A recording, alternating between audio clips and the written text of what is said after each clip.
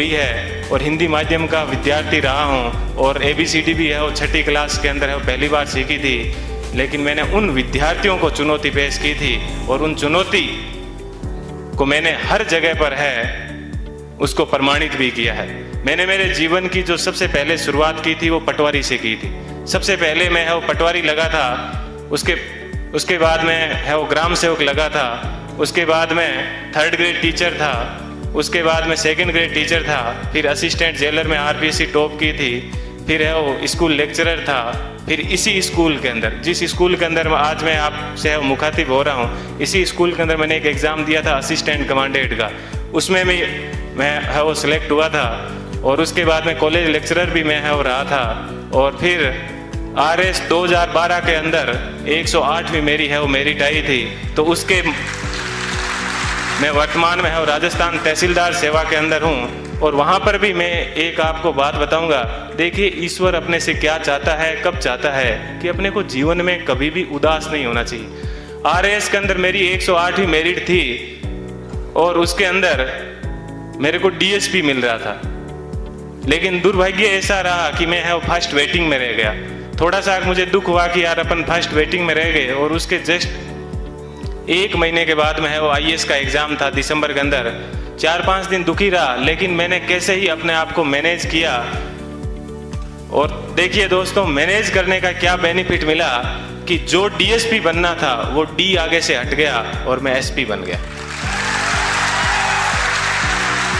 बात यह है कि अपन जीवन के अंदर चाहते क्या है, अपन अपने आप को कितना डिवोट कर पाते हैं। तो आज मुझे है वो IAS के अंदर 170वीं मेरिट है वो मिली और मैं जनरल कैटेगरी से है वो बिलोंग करता हूँ, तो मुझे IPS मिला।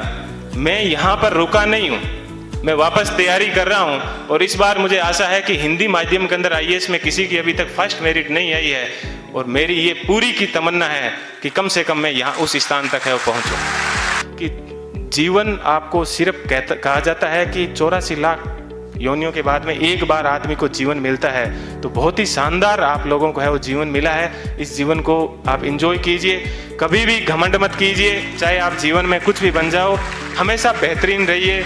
और आप लोगों से मैं वो आशा करता हूँ कि अगले साल जब प्रोग्राम होगा तो आप सब लोग हैं वो यहाँ पर आने का मौका मिले।